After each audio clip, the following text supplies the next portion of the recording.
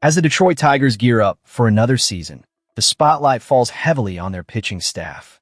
After a tumultuous spring training that left many fans worried, especially about one right-hander, the question loomed. Could the Tigers find the ace they desperately need? Casey Mize, a player many had high hopes for, struggled mightily with a 6.52 ERA and a 1.76 WHIP across 19.1 innings, leaving him winless at 0-3. But as we've seen too often in the world of baseball, spring training results can be deceiving, and Mize has come out swinging to kick off the season. Fan, where are you watching from? We want to hear your thoughts on Mize's transformation. In a stunning turnaround, Casey Mize has not just returned to form.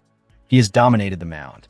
His last 3 starts have been nothing short of spectacular, showcasing perhaps the best stretch of his entire MLB career. This sudden surge is not just a breath of fresh air for a team that desperately needs it, but it's also a beacon of hope for the Tigers' championship ambitions this season. But with Mize entering the final year of team control on his contract, the implications of his success are far-reaching. Could this be a double-edged sword for Detroit if they wish to keep him long-term? In Wednesday's impressive win against the Milwaukee Brewers, Mize pitched 6 innings, allowing only 3 hits and 1 run. His performance has catapulted his season stats to a jaw-dropping 0.98 ERA and 0.93 WHIP, with batters hitting a mere .188 against him. With 19 strikeouts and just 5 walks, his record stands at an impressive 2-0. Overall, Mize boasts a 2.51 ERA and a 1.151 WHIP, already contributing a 1.2 WAR in just 5 starts. These numbers paint a stark contrast to the conversations of despair from spring training, and it's a remarkable turnaround that bodes well for Detroit's pitching staff. But here's where it gets tricky. Mize is only 28 and poised to hit free agency this offseason for the first time. If he continues this level of production, the likelihood of him earning a 9-figure contract is high. Whether that contract comes from the Tigers remains uncertain. The organization has a lot to ponder, especially with the impending free agency of other key pitchers like Tarik Skubal, Jack Flaherty, and even Justin Verlander, who will all be hitting the market soon. The Tigers' offseason was already set to be intriguing, but Mize's resurgence adds an unexpected layer of complexity to their decision-making process. As the season unfolds, Mize's ability to maintain consistency and health will be crucial. The Tigers could face a tough decision. Do they invest heavily in a pitcher who has just now shown his potential, or do they risk losing him to the open market? This narrative is one to watch closely in the coming months, as it could very well shape the future of the Tigers' pitching rotation. Now, as we turn our attention to the next piece of news, let's delve into the broader implications of these contract discussions and what they mean for the Tigers' strategy moving forward. As the Detroit Tigers navigate through the challenges of the season without a significant winter acquisition, the spotlight has shifted dramatically towards their promising prospects, particularly Kevin McGonigal and Max Clark. With McGonigal already making waves at the major league level and exceeding expectations, all eyes are now on Clark, who has been diligently working in Toledo to prove he is more than ready to don the iconic Old English D. Clark, who stands as the Tigers' highest-ranked prospect upon McGonigal's promotion, has been tearing it up offensively with a remarkable slash line of .351/.416/.519. His ability to maintain an impressive walk rate and strikeout rate of 11.2% is commendable, showcasing his discipline at the plate. Moreover, he's been a valuable asset in center field, demonstrating speed with 6 stolen bases. It's no wonder that fans are clamoring for him to make the leap to Detroit, especially with the team's offensive performance hovering around the middle of the pack, compounded by Parker Meadows' absence. The question remains, is Max Clark truly ready for the big leagues? For those who have followed Clark's minor league journey, it's clear that his value doesn't stem solely from raw power.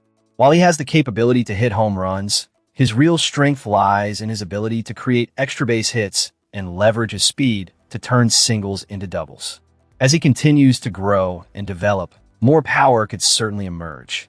When analyzing Clark's approach at the plate, it's evident why he stands out. An 11% walk rate is impressive, but translating that success to the majors can be tricky due to the increased rate of strikes. However, Clark counters this potential issue with a low chase rate of 21%, which mirrors McGonigal's numbers, highlighting his ability to discern pitches effectively. Minor league players often boast impressive stats, but when scrutinized, many reveal flaws such as poor pitch recognition or reliance on mistakes from pitchers. Clark, in contrast, showcases a disciplined approach that bodes well for his transition to the majors.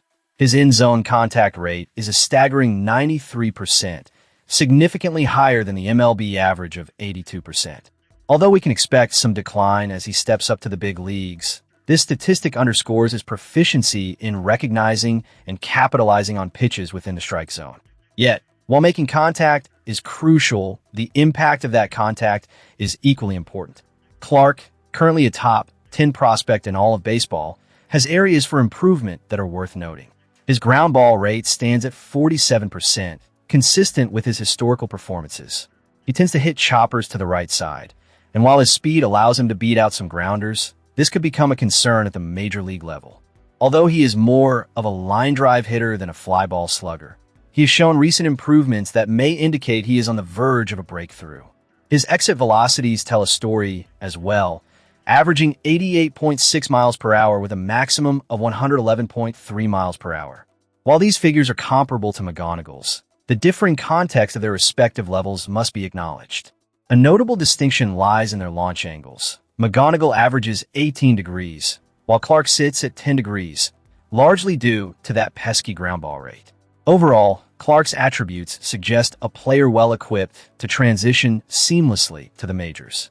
He displays no glaring weaknesses against breaking balls or off-speed pitches, enhancing his potential for competitive at-bats. His combination of speed, defensive prowess in center field, and hitting ability could be precisely what the Tigers need. The organization's decision to hand Meadows the starting job out of camp was justifiable. He performed adequately, but has unfortunately landed on the injured list again. In the interim, the Tigers have cobbled together an outfield featuring Wenceel Perez, Matt Vierling, and Javi Baez. Each of these players has had their moments, yet their ceilings are limited, prompting fans to question whether it's time to elevate Clark to the majors. With Zach McKinstry also sidelined, the team is one utility player short. While Vierling has yet to see time at third base, the addition of Hao-Yu Lee provides some flexibility at that position. This could allow McGonagall to focus more on third while transitioning Baez back to shortstop.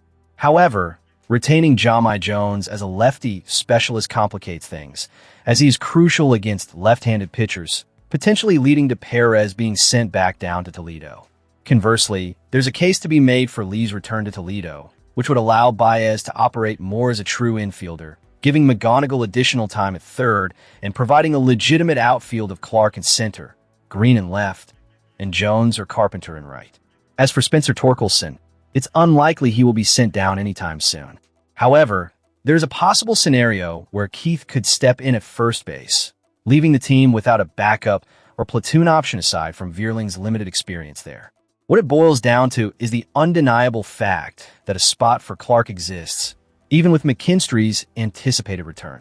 Jones might have more job security considering the dearth of right-handed options and Clark's left-handed bat, but Perez is also a viable option to fill that role.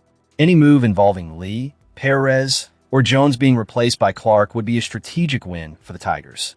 What we've observed from Clark this season strongly suggests he's ready for promotion.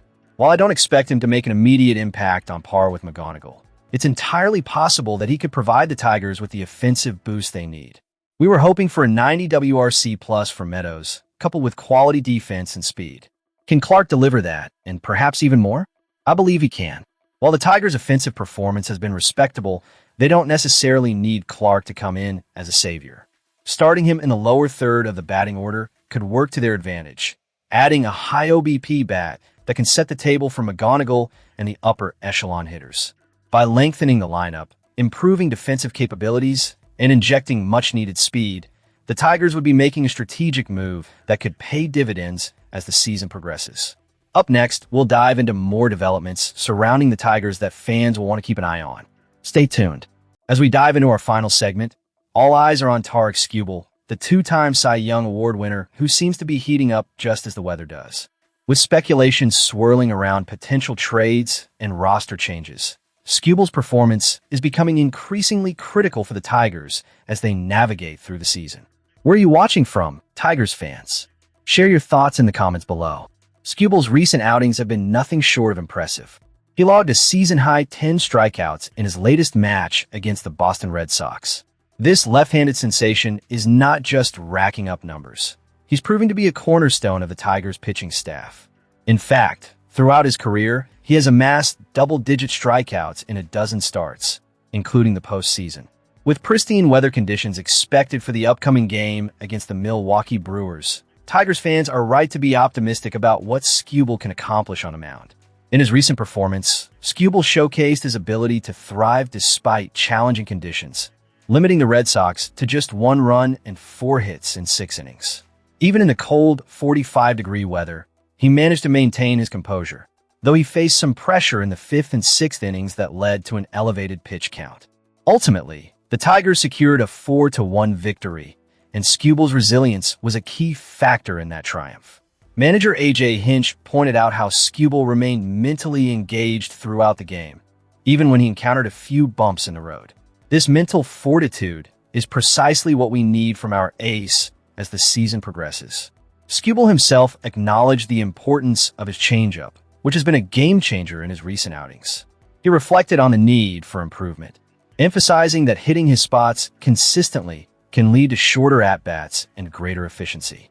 "I need to execute pitches out of the zone early in counts," he said, which speaks to his competitive nature and desire to refine his craft.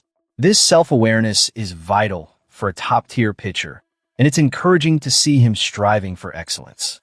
Looking ahead to his matchup against the Brewers, Skubal has a proven track record, holding them to just 1 run over 13 2/3 innings in their previous encounters, amassing an impressive 19 strikeouts. This history should give Tigers fans confidence as Skubal takes them out again. His opponent, Brandon Sproat, is still searching for his first major league victory, despite recently achieving his best outing of the season against the Blue Jays.